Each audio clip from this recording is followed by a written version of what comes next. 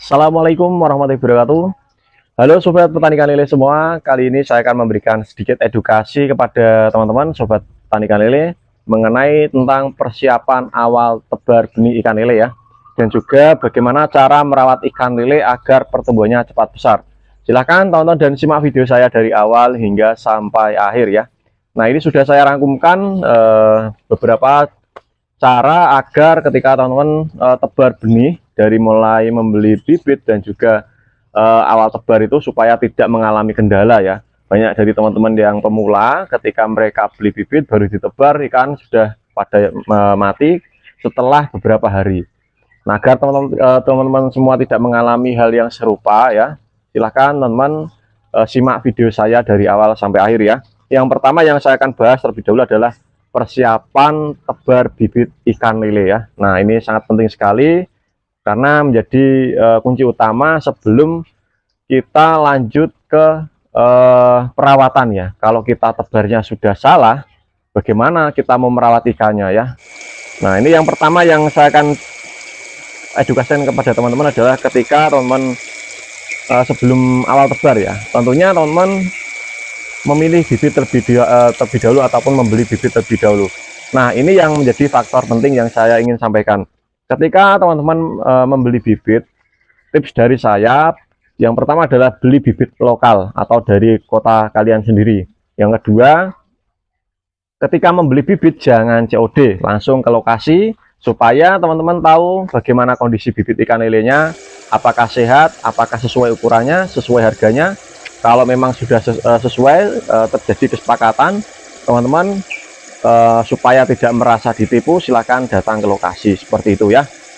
Nah, kenapa kok saya sarankan bibit dari lokal? Agar teman-teman, walaupun ini ya, ketika teman-teman beli bibit luar kota, walaupun bibitnya bagus, terkadang jarak yang terlalu jauh ini menjadi penyebab kematian ataupun tingkat stres yang tinggi, sehingga ikan akan mudah sakit dan akan mati ya.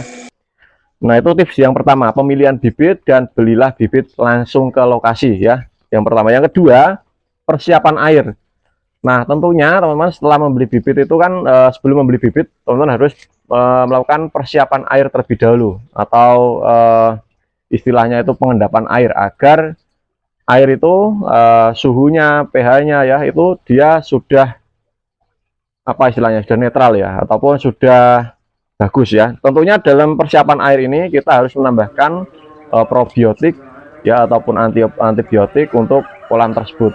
Nah, untuk antibiotik yang kita gunakan biasanya itu kita menggunakan Booster Introvlog ataupun Catfish ya, itu antibiotik. Kalau probiotik kita menggunakan E4 ya, dengan kita fermentasi campur dengan molase dan juga Yakult. Ada juga beberapa petani yang meracik sendiri ya. Jadi M4 itu biasanya rata-rata sih untuk sederhananya kita M4 dengan molase itu aja udah cukup ya. Nah, untuk persiapan air sendiri ya, biasanya kita memakan waktu kurang lebih sekitar dari 1 hari sampai 7 hari paling lama. Tapi untuk 1 hari sudah cukup saya rasa ya teman-teman. Jadi tidak usah terlalu lama.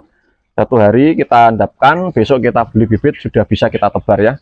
Nah, yang berikutnya, yang ketiga adalah waktu tebar. Sorry teman ya, ini agak sedikit flu saya ya. Nah, ini untuk ketiga ini kan waktu tebar ini sangat penting sekali. Terkadang dari teman-teman pemula yang baru belajar atau memulai budidaya ikan lele, ketika baru tebar mereka tidak tahu waktu yang tebar yang terbaik itu kapan sih. Jadi saya sarankan ketika tebar bibit itu kalau bisa itu sore hari atau mungkin malam hari juga nggak apa-apa ya, tapi jangan siang hari. Terkadang juga ada yang pagi hari, walaupun pagi hari terkadang itu ya termasuk aman ya, tapi kurang bagus. Yang bagus adalah sore hari karena dia lebih sore hari itu kan dia waktunya panjang untuk dia teduh ya ataupun adem, istilahnya kondisi kolamnya itu adem, tidak hangat ataupun panas. Nah, yang keempat adalah pemberian pakan awal untuk bibit. Nah, ini terkadang juga teman-teman salah dalam pemilihan pakan. Maka dari itu saya sampaikan dalam video ini, ketika teman-teman budidaya ikan lele, belajar memulai usaha budidaya ikan lele, kalau pemberian pakan awalnya ini sudah salah ataupun asal ya, tidak sesuai standar ya, Nah, tidak sesuai standar itu dalam artian terkadang dari teman-teman itu memberikan pakan pelet, walaupun ini pelet ya, tapi untuk ukurannya itu tidak sesuai untuk kebutuhan ikan tersebut. Karena pelet itu ada beberapa seri, bahkan banyak seri ya. Dari mulai untuk bibit ya, untuk bibit yang saya tebar dari ukuran 35, 46 ya, 57. Jadi untuk ukuran 35 tebarnya itu kalau teman-teman berilah pakan PF 1000 ya. Nah, kalau untuk 46 berikan pakan main 1 sudah bisa, ataupun PF 1000 malah bagus ya. Tapi kalau bisa agar untuk standarnya aja sih, untuk 46 kita kasih min 1 ya. 57 pun kita min 1. Pokoknya untuk mulai 46 ke atas itu kita min 1 ya. Jangan kita kasih min 3 ataupun pakan yang super jumbo untuk indukan, itu jangan ya. Jadi teman-teman harus memahami pemberian pakan ini ya. Dan pemberian pakan untuk awal tebar kalau bisa jangan langsung kita kasih makan. Semisal contoh, kita sore hari kita tebar, saat kita tebar langsung kita kasih makan, jangan ya. Kita nunggu paling enggak itu sekitar 4 jam ya, 4 jam, minimal 4 jam. Nah, apakah kita bisa memberikan pakan sedikit untuk istilahnya apa ya, melihat respon ikan? Sebenarnya boleh saja, tapi harus dalam proses pemberian pakan ya, ini saya sampaikan lagi, kita harus bibis atau kita rendam terlebih dahulu supaya dia empuk ya.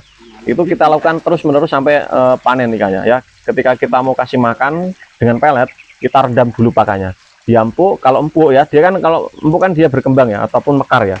Nah, kalau dia mekar, otomatis ikan akan cepat kenyang. Tapi kalau kita tidak rendam atau kita tidak bibis ya, otomatis pakan yang dimakan ikan tersebut akan berlebih dan biasanya akan membengkak di bagian pencernaan, sehingga kasus dari hal tersebut bisa mengakibatkan gagal pencernaan ataupun pecah usus biasanya. Nah, itu bisa mengakibatkan kematian.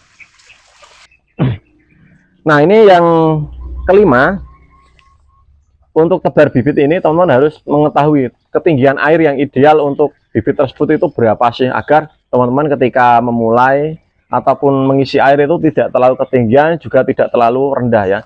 Untuk idealnya ukuran-ukuran 46 itu kita bisa isi ketinggian minimal itu kalau bisa sekitar 40 cm ya, ataupun 35 itu sudah cukup ya untuk ukuran 46. Tapi dengan catatan kolam itu harus dikasih penutup ya, untuk yang kolamnya ya.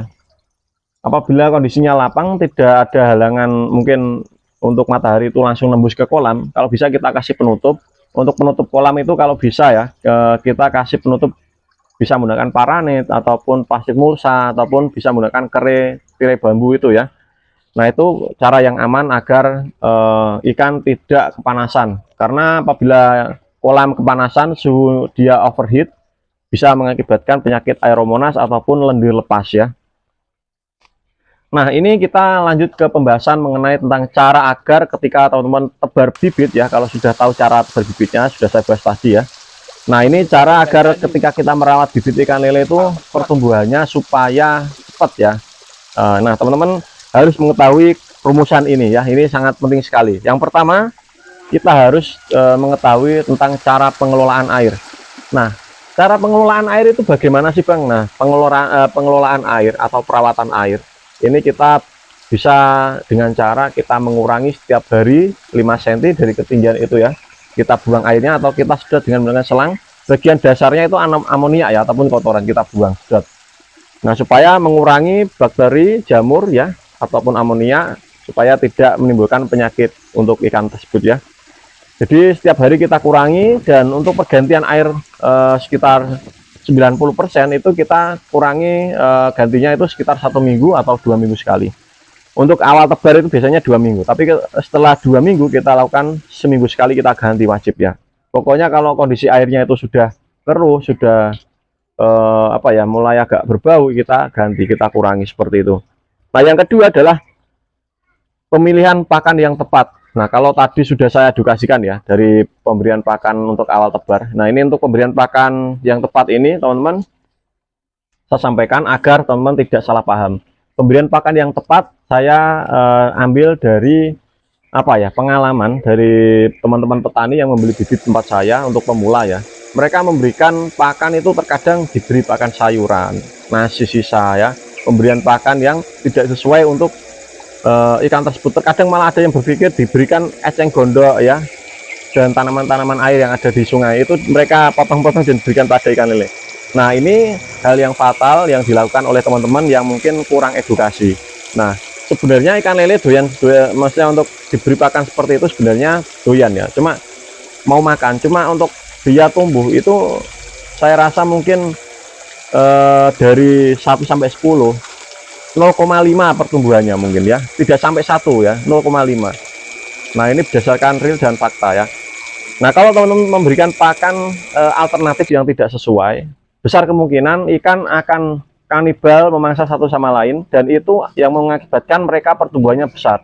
Nah, yang disalahartikan dari teman-teman petani, nah saya kasih pakan, misal ya, contoh, ini saya kasih pakan kangkung, ini ikan saya cepat besar, padahal ikan yang besar itu dia mangsa yang lain karena dia kanibal.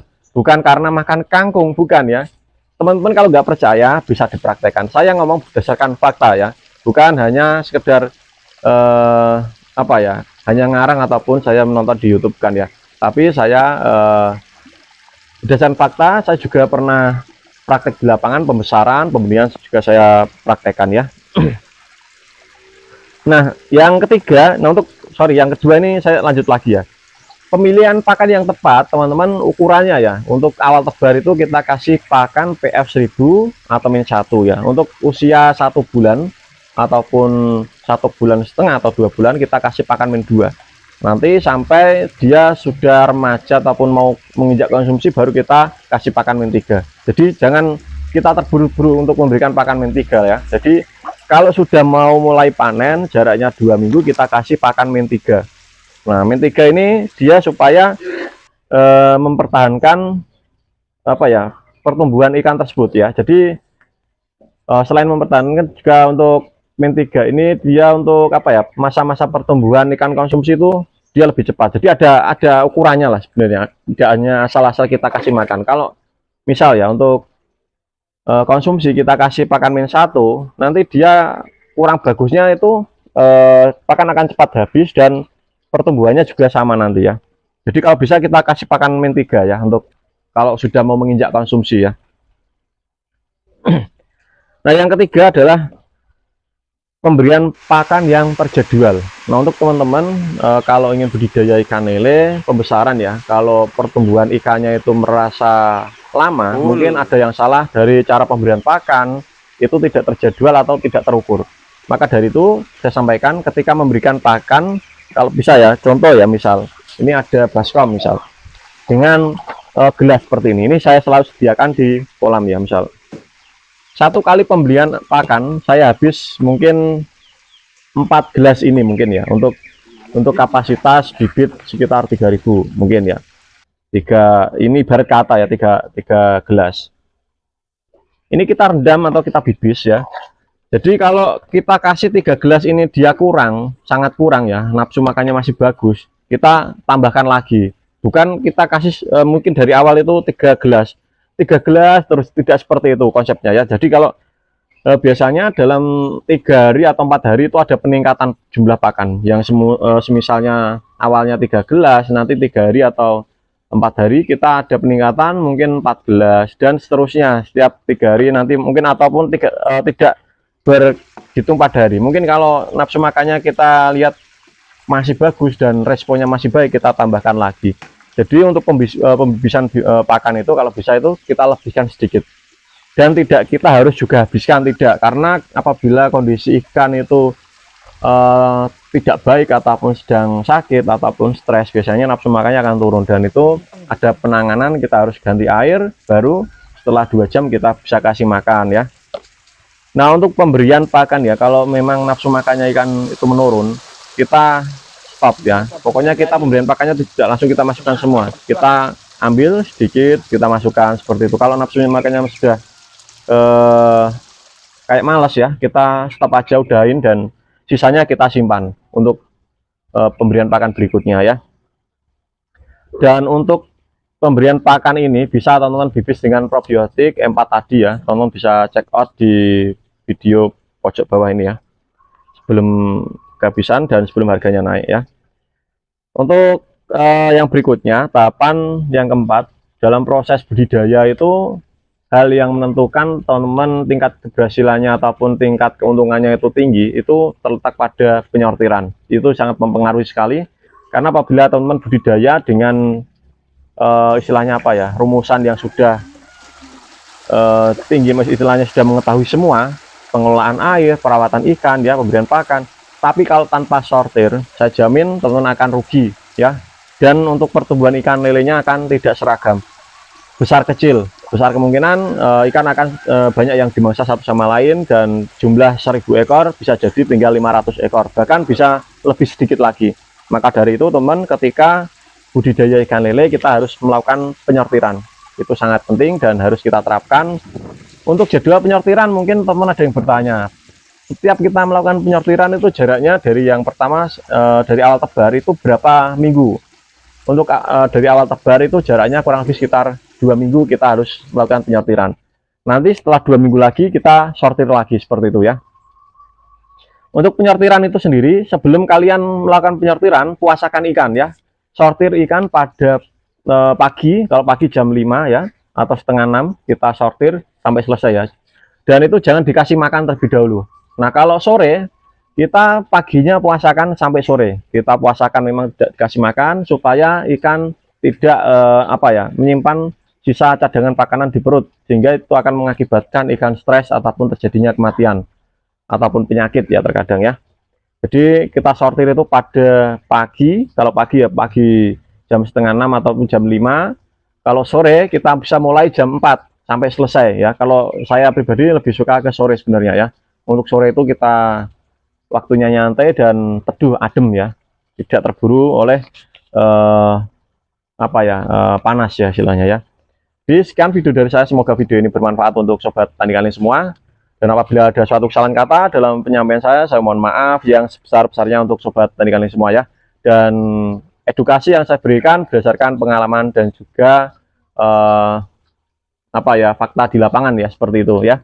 Dan untuk teman-teman khususnya yang baru belajar atau memulai, semoga teman-teman diberi kelancaran, kesehatan, dan juga sukses untuk budidaya ikan lelenya ya. Sekian video dari saya. Assalamualaikum warahmatullahi wabarakatuh. Salam tani ikan lele Nusantara. Jos.